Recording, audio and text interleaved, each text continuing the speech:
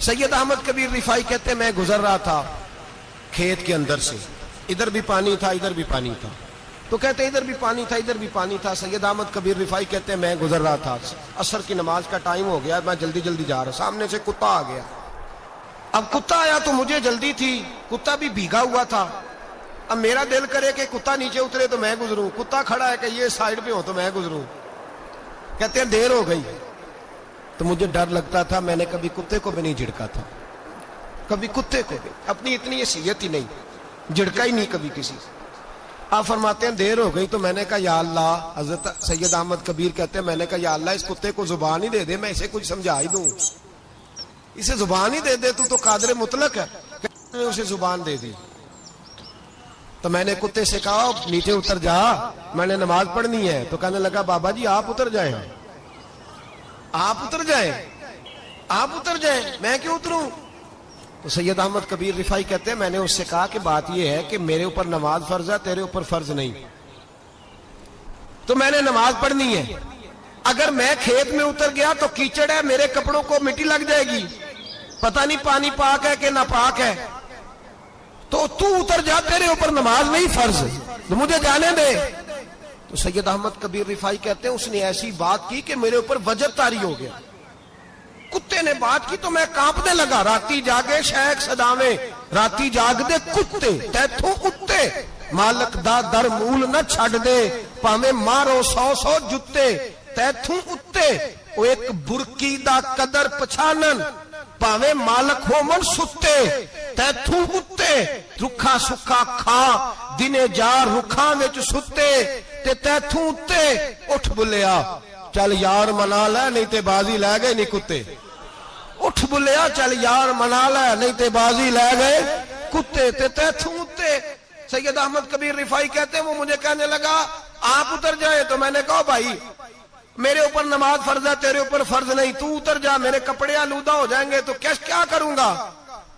تو کہتے ہیں اس نے بات کی تو میں گھبرا گیا اور چھلانگ لگا کے میں کھیت میں اتر گیا، مجھے کہنے لگا بابا جی کپڑے اگر آپ کے کیچڑ سے آلودہ ہو گئے تو پانی سے صاف ہو جائیں گے، اور اگر مجھے حقیر جان کے آپ کا دل آلودہ ہو گیا تو 7 سمندروں سے بھی صاف نہیں ہوگا، کپڑے پانی سے دھل جائیں گے، اور دل اگر تکبر سے آلودہ ہوا تو 7 سمندروں سے بھی صحیح ہو سکتا نا نا نا، حقیر نہیں جاننا۔ کسی نے حضرت سید احمد کبیر رفائی سے پوچھا کہ بابا اتنا بڑا درجہ، اتنا بڑا مقام کیسے ملا؟ تو بابا جی کہنے لگے زندگی میں کبھی کسی کو حقیر نہیں سمجھا، کسی کو کبھی حقیر، کبھی کسی کو اپنے سے کمتر نہیں سمجھا، تو اللہ نے دیکھے نا اگر آپ نہیں سمجھیں گے تو اس کے لیے بھی آپ کو عنوان مل جائیں گے، اور اگر سمجھنا ہے اپنے آپ کو بڑا تو اس کے لیے بھی موقع مل جاتے ہیں۔ حضرت شفیق بلخی بہت بڑے صوفی بزرگ ہوئے پر نوجوان تھے، جوانی میں ہی اللہ نے بڑا مرتبہ دیا۔ حضرت عبداللہ بن مبارک بوڑھے تھے، دونوں ایک محفل میں اکٹھے ہوئے، اب بغداد سارا ماننے والا تھا اور دونوں کا ماننے والا تھا، آخر میں دعا بزرگ کرایا کرتے تھے محفل کے اختتام پر۔ حضرت شفیق بلخی جناب عبداللہ بن مبارک سے کہنے لگے آپ دعا کریں،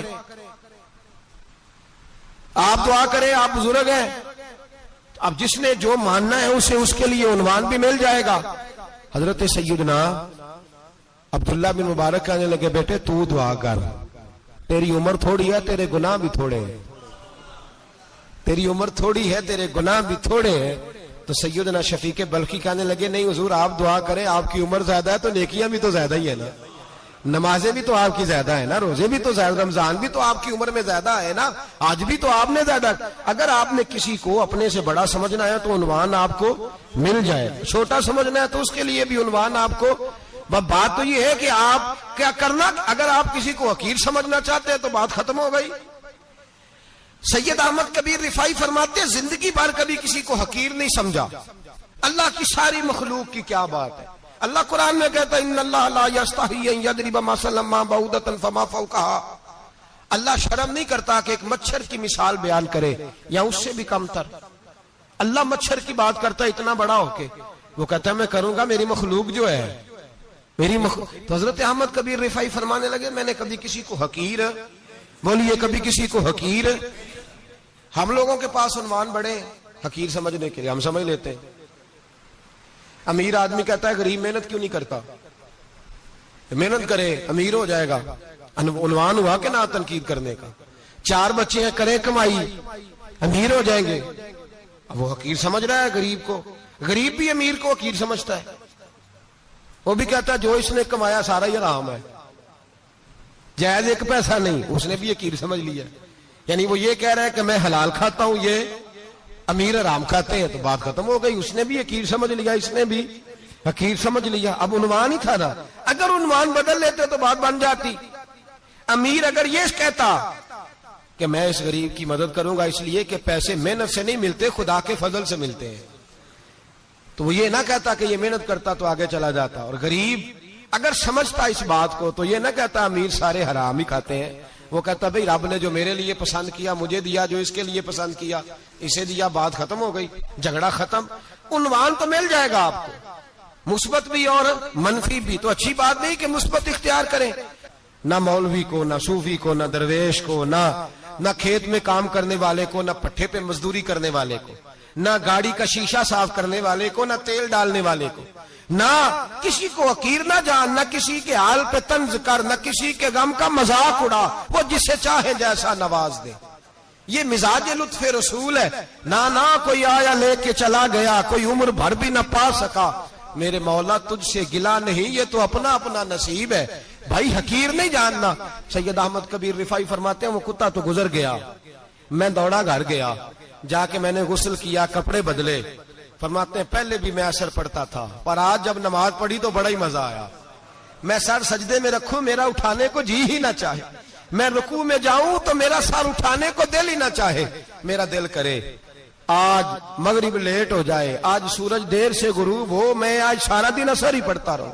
بھائی جب تو عاجزی والی پڑھتا ہے، جب تو انکساری والی پڑھتا ہے، جب تو حضرت سیدنا معاویہ بن خطیج رضی اللہ، حضرت معاویہ بن سفیان ہے، ایک معاویہ بن خطیج صحابی ہیں، وہ کہتے ہیں میں جنگ فتح کر کے آیا تو سخت گرمی کا موسم تھا، مجھے پتا تھا کہ عمر فاروق دوپہر کو آرام کر رہے ہوں گے۔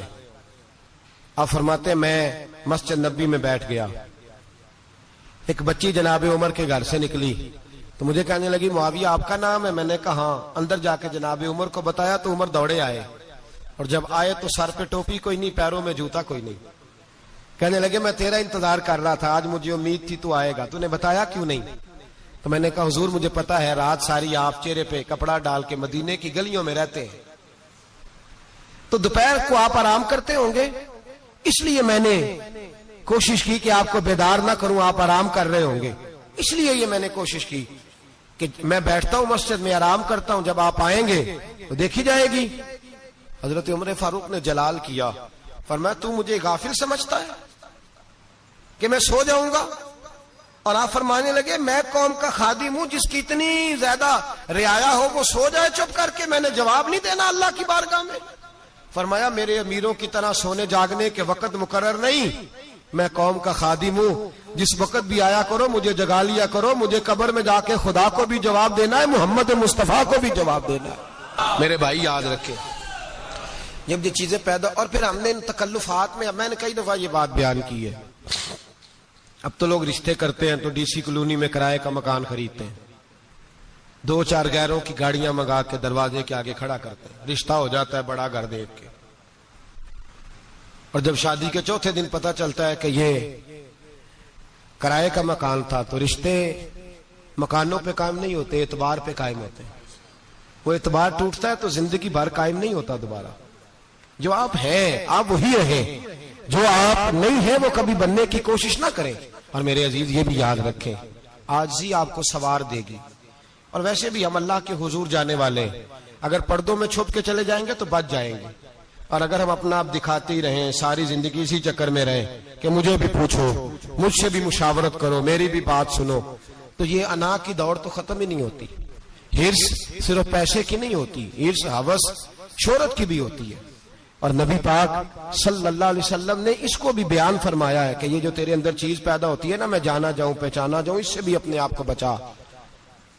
صحابہ کے بعد جس شخص کی خلافت سب سے مضبوط ہوئی وہ حضرت عمر بن عبدالعزیز تھے۔ اتنی بہترین خلافت کی کہ لوگوں کو حضرت عمر کا زمانہ یاد آ گیا. حضرت عمر بن عبدالعزیز. عراق میں رہنے والی ایک عورت تھی. اس عورت کا خامد فوت ہو گیا تو 5 بچیاں یتیم تھی. وہ عراق سے چلی اور جناب عمر بن عبدالعزیز کے پاس آئی کہ آپ میری بچیوں کا وظیفہ لگا دیں. وہ کہتی ہے جب میں پہنچی نا یہاں تو اب تو استقبال آنا جانا بڑے معاملات ہیں. اب تو بچی کی بارات آئے اور 5 7 10 20 لوگ دروازے پہ کھڑے نہ ہو تو بارات ناراض ہو جاتی ہے. کہتے ہمارا استقبال ہی کسی نے نہیں کیا. تو استقبال تو اب اس طرح ہے جس طرح نشہ نہیں ہوتا, یہ استقبال کی حالت ہے, امیروں سے لے کے غریبوں تک. مجھے پوچھا ہی نہیں کسی نے, کرسی نہیں دی, آگے نہیں بٹھایا. یہ والا معاملہ ہے. اور میں میری طرح کے لوگ نیک لوگوں کی بات نہیں کرتا. اب تو ہم دیکھتے ہیں فلاں مولانا کا استقبال ہو رہا ہے, فلاں کے لیے لوگ کھڑے ہو رہے ہیں, نعرے لگ رہے ہیں. اور اب تو میں دیکھتا ہوں ایسے ایسے ہاتھ لہراتے ہیں صوفی اور درویش کہلانے والے, جیسے سیاسی لیڈر لہرایا کرتے. یہ کیا طریقہ ہوا؟ یہ کون سا طرز زندگی؟ میرے نبی پاک صلی اللہ علیہ وسلم نے فرمایا جو خواہش کرے کہ میں آؤں اور لوگ کھڑے ہوں وہ تو جہنمی ہے, تو دوزخی ہے. سارے وہی طریقے ہم اختیار کرتے جا رہے ہیں, وہی پروٹوکول ہے ہر جگہ. وہ لوگ جن کے دروازے کھلے ہونے چاہیے تھے وہاں بھی ہر وقت کے لیے معاملات طے ہو گئے. یاد رکھیں میرے نبی پاک علیہ الصلوۃ والسلام نے جو تعلیمات دی. حضرت عمر بن عبدالعزیز رحمت اللہ تعالی علیہ. عورت کہتی ہے میں پہنچ گئی, میں نے لوگوں سے پوچھا گھر کہاں ہے, تو کہا وہ جہاں بوری لٹک رہی ہے نا باہر ٹاٹ کا پردہ لگا ہوا ہے وہ حضرت عمر بن عبدالعزیز کا گھر ہے. کہتی ہے میں دروازے پہ دستک دی, ایک عورت نے دروازہ کھولا تو مجھے بی بی جان کے اندر بلایا. تو ان کے گھر کے اندر جب میں داخل ہوئی تو بڑا سارا سین تھا, ایک جانب کنواں لگا تھا, ایک طرف ایک بڑا درخت تھا, اور ایک چھوٹا سا بنائی ہوئی تھی جگہ برتن دھونے کے لیے. اور بی بی نا برتنوں کو مٹی لگا کے صابن لگا کے بیٹھی ہوئی تھی, کام کر رہی تھی وہ عورت. مجھے اس نے درخت کے نیچے بٹھایا, پانی پلایا. کیسے آئی ہو؟ میں نے کہا امیر المومنین سے ملنا ہے. کہنے لگی بیٹھو تھوڑی دیر میں آ جاتے. کہتی تھوڑی, میں نے سمجھا گھر کی کوئی ملازمہ ہے, میں بیٹھ گئی. تھوڑی دیر گزری پھر دستک ہوئی, اس بی بی نے اٹھ کے دروازہ کھولا. تو جب وہ شخص اندر آئے تو کہنے لگی بڑی دیر سے برتنوں کو صابن لگا کے بیٹھی ہوں, کہاں رہ گئے تھے؟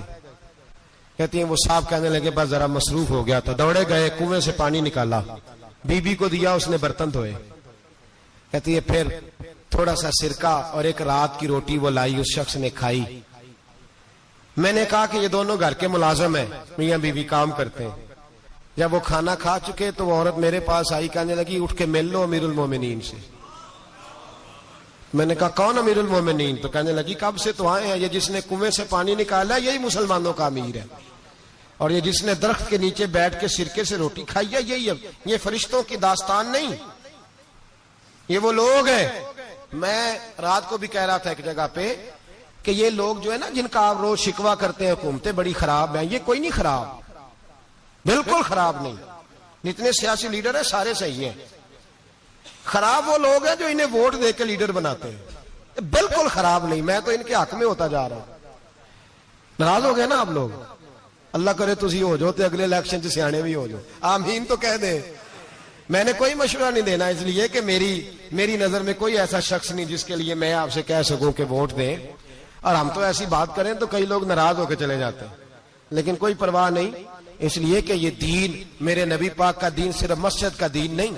انشاءاللہ آئندہ جمعہ نظریہ پاکستان بیان کروں گا اور بتاؤں گا کہ پاکستان کا مطلب کیا, لا الہ الا اللہ محمد الرسول اللہ صلی اللہ علیہ وسلم. حضور کا جو قرآن نافذ ہوگا مسجد میں, وہ قرآن کچہری میں بھی نافذ ہوگا انشاءاللہ. اور وہ قرآن نافذ ہونے آیا ہے, اسمبلیوں میں وہی قرآن نافذ ہوگا انشاءاللہ. اور یہی چراغ جلے گا تو روشنی ہوگی. بیان کریں گے اور ڈٹ کے بیان کریں گے, آپ کو بتائیں گے. جو بات سمجھا رہا ہوں فی الوقت وہ سمجھے, مجرم وہ نہیں جو بڑا بن کے لوٹتا ہے, مجرم وہ ہے جو اس کو سپورٹ کرتا ہے, جس نے اسے بڑا بنایا ہے. یہ یاد رکھ لیں. ہماری کوئی بچت نہیں ہوگی, ہم سے پوچھا جائے گا. ہم سارے کچہری میں کھڑے ہوں گے, اللہ سوال کرے گا کہ تم بتاؤ تم ان کے مددگار کیوں بنے تھے, تم سپورٹ کیوں کرتے تھے, یہ پوچھا جائے گا اور ہم نے جواب دینا ہے. بہرحال عام دام پر سر مطلب جناب عمر بن عبدالعزیز رحمت اللہ علیہ کے وہ بی بی گئی تو کہنے لگی کہ یہ امیر المومنین نے کہا, وہ اٹھ کے حاضر ہوئی، کہا حضور میں عراق سے آئی ہوں، میرا خاوند فوت ہو گیا، میری 5 بیٹیاں ہیں، وظیفہ لگا دے۔ وہ بی بی کہتی ہے میرا دل تھا کہ یتیم بچیوں کا 100 دینار سال کا لگا دیں گے تو بڑی بات ہے۔ کہتی ہیں جب میں ان کے پاس گئی تو حضرت عمر بن عبدالعزیز کو بتایا تو وہ رونے لگ گئے اور مجھ سے معافیاں مانگنے لگے۔ میں نے کہا حضور آپ کیوں معافی مانگتے ہیں؟ تو کہنے لگے اس لیے معافی مانگ رہا ہوں کہ تو میری رعایا میں تھی اور تیری 5 بچیاں یتیم تھی، تجھے خود چل کے آنا پڑا ہے، میرا کام تھا تیری خبر لیتا، معاف کر دے اللہ کی رضا کے لیے۔ انہوں نے وظیفہ لکھنا شروع کیا تو میری ایک بچی کا 1000 دینار سال کا لکھا۔ میں نے کہا اللہ تیرا شکر ہے۔ پھر دوسری بچی کا 1000 لکھا تو میں نے کہا اللہ تیرا شکر ہے۔ تیسری کا 1000، چوتھی میں نے کہا شکر ہے۔ جب چوتھی کا لکھا تو میں نے کہا اللہ آپ کا اقبال بلند کرے، اللہ آپ کو ہمیشہ اسی طرح پھلتا پھولتا رکھے۔ کہتے ہیں جناب عمر بن عبدالعزیز نے قلم رکھ دیا، فرمانے لگے میں 5ویں کا وظیفہ نہیں لکھوں گا، 4 بہنوں سے کہنا بانٹ کے اسے بھی دے دیں۔ کہا حضور کیوں؟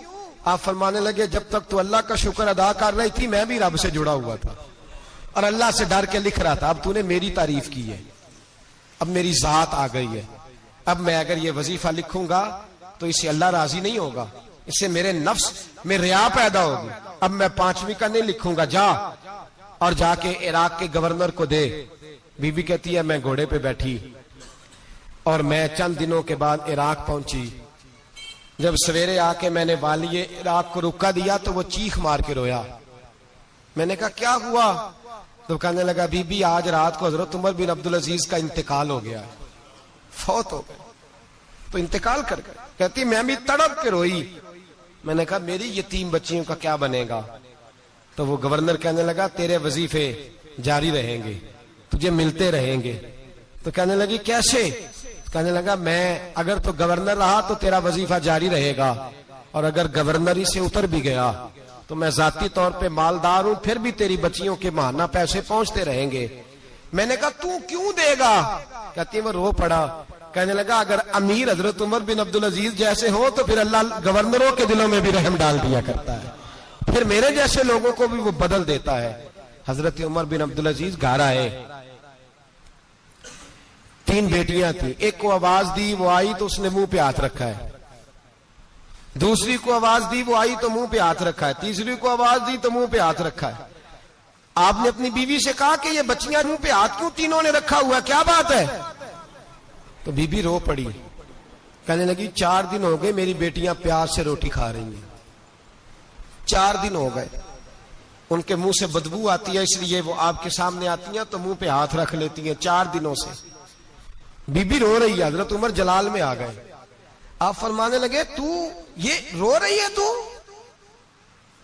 روئی ہے، تو نے میرے گھر میں رہ کے اللہ کی ناشکری کی ہے، تو شکر ادا نہیں کرتی کہ 3 وقت پیاز اور روٹی تجھے گھر کی 4 دیواری کے اندر مل جاتا؟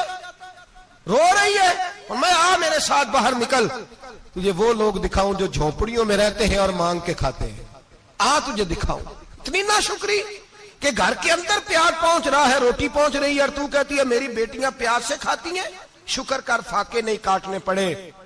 پھر اگلے لفظ کہے تو رو پڑے۔ فرمانے لگے میں نے تو مصطفیٰ کے وہ حالات بھی سنے ہیں جس میں کئی دن بی بی فاطمہ نے فاقے کیے، تو گھر کے اندر پیاز پہنچ رہا ہے تو ابھی بھی سادگی، عاجزی اور قناعت نعمت تھی ان لوگوں کی۔ ہمارے ہاں روز شکوا ہے، کس بات کا؟ گاڑی کوئی نہیں، روز رونا ہے، کس بات کا؟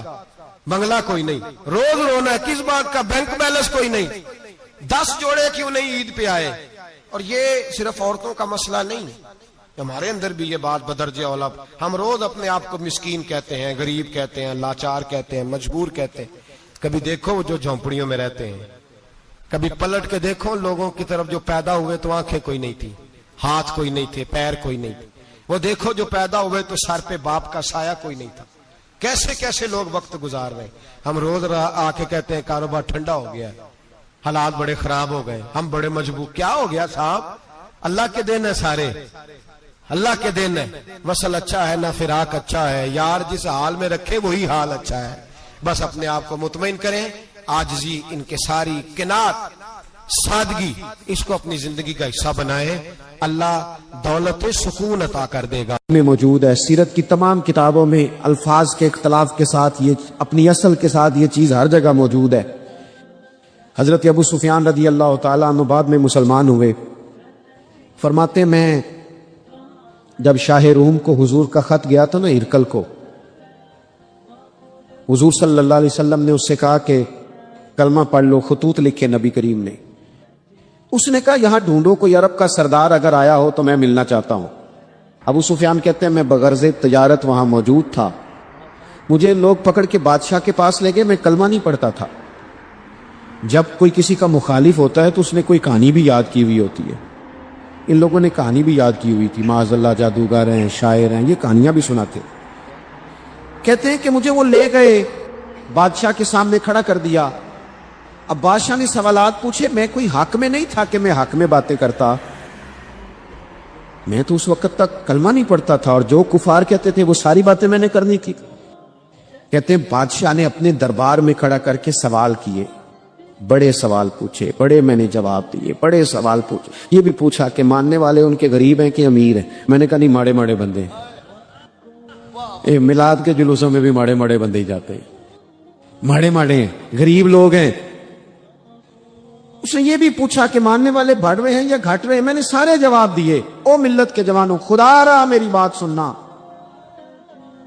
ابو سفیان کہتے ہیں غیروں کا دربار، سوال کرنے والا بھی کلمہ نہیں پڑھتا، ابھی جواب دینے والا بھی کلمہ نہیں پڑھتا. اس نے مجھ سے کہا کہ آپ نے بتایا کہ آپ رشتے میں چچا ہوتے ہیں، یہ بتاؤ وہ جنہوں نے اعلان نبوت کیا ہے کیا کبھی انہوں نے جھوٹ بھی بولا ہے؟ آج لوگوں نے نام نہیں بدل دیا جھوٹ کا، اس نے بہانہ نام رکھ دیا جھوٹ کا، جو میں نے بہانہ کر دیا تھا.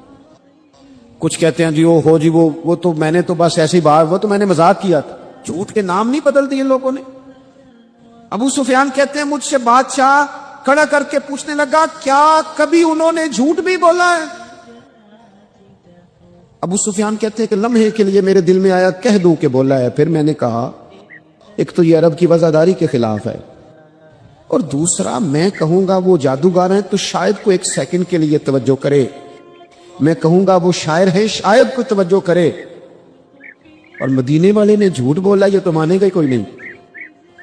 سنو سنو، جن چیزوں کو معمولی سمجھ کے ہم نے رائج کیا وہ ہمارا وقار لے گئی. دنیا ہم پر اعتماد نہیں کرتی. ہم اس ملک میں بستے ہیں جہاں زلزلہ بھی آئے تو غیر ملکی امداد کرنا چاہیں تو وہ کہتے ہیں حکومتوں کے ہاتھ میں نہیں دیں گے، خود جائیں گے. ہمارا یہ حال ہو گیا ہے کہ قوم پر اعتماد اٹھ گیا دنیا کا. ہمیں پلٹنا ہے، ہم نے دیکھنا ہے ہمارا رویہ کیا ہے، ہمارا انداز کیا. تھوڑی کر لیں باتیں، کوئی ضروری ہے صبح شام بولنا؟ تھوڑے کر لیں باتیں، تھوڑے دعوے کر لیں، کوئی ضروری ہے؟ سنو میرے عزیز، ابو سفیان کہتے ہیں کہ اس نے کہا کبھی جھوٹ بھی بولا ہے. میں سوچ میں پڑ گیا. بادشاہ نے پھر دوہرا کے کہا سردار چپ کر گئے ہو، میرے آخری سوال کا جواب دو، کیا کبھی اس کریم نے جھوٹ بولا ہے؟ ابو سفیان کہتے ہیں میرے ہاتھ میں چھڑی تھی، میں نے وہ زمین پر رکھی اور میں کھڑا ہو گیا. میں نے کہا سردار سن، وہ میرے رشتے میں بھتیجے ہیں، میری بڑی مخالفت ہے، میں نے ان کے خلاف جنگیں لڑی ہیں، کبھی وہ غالب آئے کبھی میں غالب آیا، آج تک میں لڑنا ہوں. لیکن میں ایک بات تمہیں ذمہ داری سے کہتا ہوں، میں غیر نہیں ہوں، وہ میرے بھتیجے ہیں.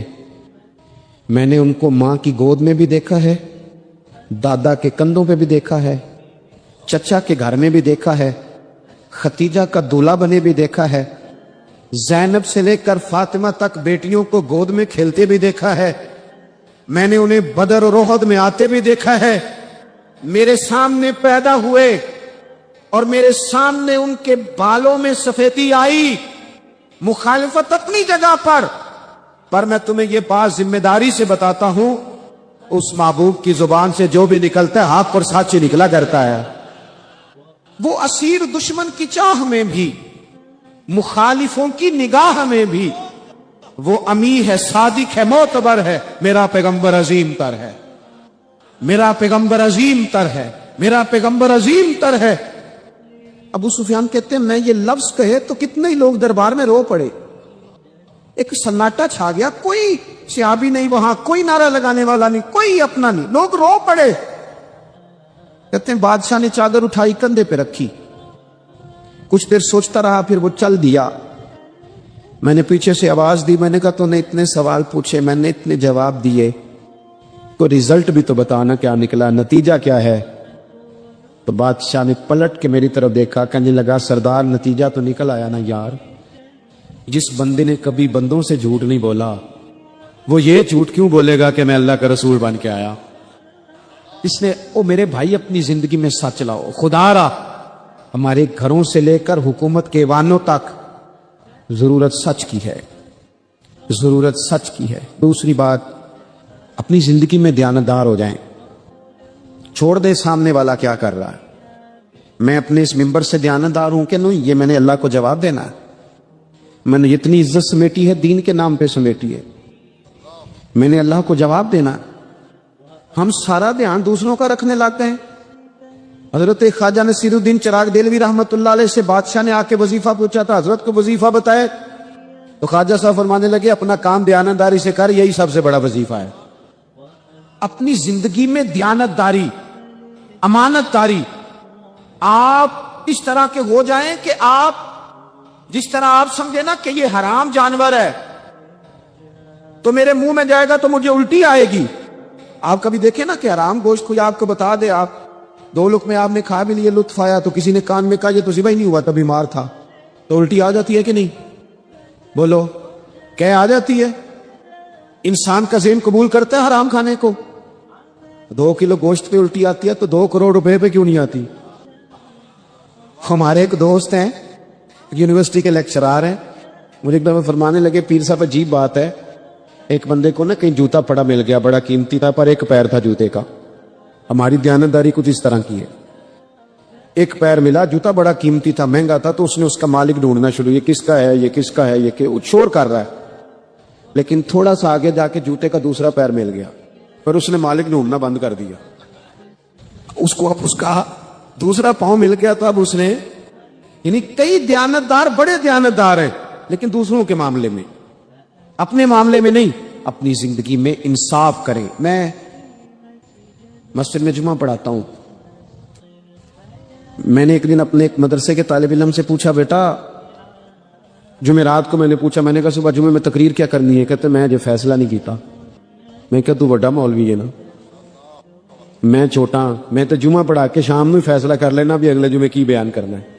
کیوں؟ میں چاہتا ہوں میں ممبر سے دیانتدار رہوں, میں ایک ہفتہ تیاری کروں, میں نے قوم کو اللہ رسول کا دین بتانا ہے. میرا یہ مقصد تو نہیں ہے کہ 1 گھنٹہ مجھے ملے تو میں نے کسی طریقے سے اسے پار کرنا ہے. آپ اپنے کام کے ساتھ ہمیشہ دیانت کا مظاہرہ کریں. اگر آپ دیانتدار ہو جائیں, حضرت سعید بن عامر رضی اللہ تعالیٰ عنہ کو حضرت عمر نے کہا میں آپ کو ایک صوبے کا گورنر بنانا چاہتا ہوں, رو پڑے, فرمانے لگے اس قابل نہیں ہوں. آپ کہیں, مجھے بھی آپ کہہ دیں کہ فلانا عہدہ ملتا ہے تو تیار ہے ساری دنیا. کون انکاری ہے اس کام سے؟ سب تیار بیٹھے. لیکن روتے تھے لوگ, کا جناب میں کہاں کر سکتا ہوں. حضرت عمر نے لگا دیا حمص کا گورنر. کچھ مہینوں کے بعد حضرت عمر تشریف لے گئے, جا کے پوچھا کہ کیسا ہے تم. پہلے تو ایک لسٹ منگوائی حضرت عمر نے, کچھ مال آیا ہے تو مختلف صوبوں میں بانٹنا ہے, غریبوں کی لسٹ لاؤ. ان کے صوبے کی لسٹ آئی تو تیسرا نام گورنر صاحب کا تھا. وہ کہا تمہارا گورنر مسکینوں غریبوں میں؟ کہنے لگے حضرت صاحب جو لسٹ بنانے والے تھے وہ کہنے لگے اب ان کے وجود پر جو کپڑے ہیں جگہ کوئی نہیں بچی, پیوند کہاں لگانے ہیں. دامان توکل کی یہ خوبی ہے کہ اس پر پیوند لگے ہوتے ہیں پر دھبے نہیں ہوتے, پیوند لگے ہوتے ہیں پر دھبے نہیں ہوتے. حضرت عمر نے معلومات کی ان کے صوبے میں جا کے, تمہارا گورنر کس طرح کا ہے؟ عرض کی حضور 4 شکایتیں. یہ جمہوریت ہے. آج تو ہر سیاسی جماعت میں ڈکٹیٹرشپ ہے, آج کہاں جمہوریت ہے؟ آج تو آپ جتنے شاہ کے وفادار ہو جائیں گے اتنا اچھا عہدہ لیں گے, جتنا مرضی قابل بندہ ہو جماعت کے اندر, لیکن اگر وہ پورا تابع دار نہیں تو نظام نہیں چلتا, جتنا مرضی قابل ہو. حضرت سعید بن عامر رضی اللہ تعالیٰ عنہ 4 شکایتیں, عام آدمی شکایتیں کر رہے ہیں. حضرت عمر نے کہا کون کون سی؟ انہوں نے کہا جی پہلی شکایت یہ ہے کہ ہمارے گورنر, توجہ ہے میرے بھائیوں کی, انہوں نے کہا جی پہلی شکایت یہ ہے کہ گورنر صاحب صرف دن کو ملتے ہیں، انہیں رات کو بھی لوگوں سے ملنا چاہیے۔ دوسری شکایت یہ ہے کہ جب شروع میں آئے تھے تو فجر کے بعد بیٹھ جاتے تھے، مسائل سنتے تھے، اب سورج نکلنے پر اشراق چاشت کے ٹائم 8، 9، 10 بجے آتے۔ تیسری شکایت یہ ہے کہ ہفتے میں ایک دن ملتے ہی نہیں۔ چوتھی شکایت یہ ہے کہ کبھی کبھی ایسے رونے لگتے، بیٹھے بیٹھے بے ہوش ہو جاتے، تو آپ نے دیوانہ آدمی ہمیں دے دیا ہے۔ حضرت عمر فاروق رضی اللہ تعالیٰ عنہ نے حضرت سعید بن عامر کو مجمع میں پوچھا، جناب آپ پبلک کے نمائندے ہیں، آپ کو سوالوں کے جواب دینے چاہیے، بتلائیے نا۔ اور یہ پبلک کے نمائندے صرف سیاستدان نہیں ہوتے، پیر